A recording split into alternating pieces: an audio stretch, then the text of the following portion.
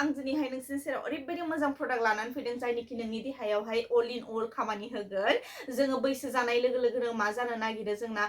केलसियामा रानलांनो नागिरो थ' बेफोरबायदि गान्थि गान्थि जोंना साख्रु साख्रा ओमफ्राय उनाव खख्र खाख्रा बिदि जानो नागिरो आरोना बेनि उनाव जोंना मा जायो खानायफोराबो गलाबायनानै आनहेल्दि जालाङो जोङो फोसाबनो लुबैब्लाबो फोसाबनो हाया जायो खारन जोंना थाइसे थाइनै दामनि मार्केटाव मोननाय सेम्पु कन्डिशनार इउज खालामनानै जों खानायखौ बस्ता गैयै खालामनानै लायो बेनि उनावहाय जोंना देहायाव गोबां रोखोमनि इनफेक्शन जायो ओमफ्राय उनाव गेस आरिबो जायो ओमफ्राय स्किनावहायबो गोबां रोखोमनि इनफेक्शन जायो आरोना थ' आं ओरैबायदि मोनसे प्रडाक्ट लानानै हैदो जायनिखि नोंनि देहायाव बेफोर गासैनिबो खामानि होगोन बेनो जाहैबाय नेचार शियरनि कल'नजि तेला 100% नेचारेल बेखौ ब्लेक जिराजोंहाय बानायनाय जायो बेयो देहाखौ स्ट्रं लाखियो इउज खालामनोब्ला जेबो गिनांगौ गैया खारन बेयो GSO सार्टिफाइड मोनखानाय मोनसे 100% नेचारेल प्रडाक्ट ओमफ्राय नोंसोरनो नांगौब्ला डिसक्रिपसनाव आं बेनि लिंकखौ होनानै थांनानै अर्डार खालामना लायबानो जाबाय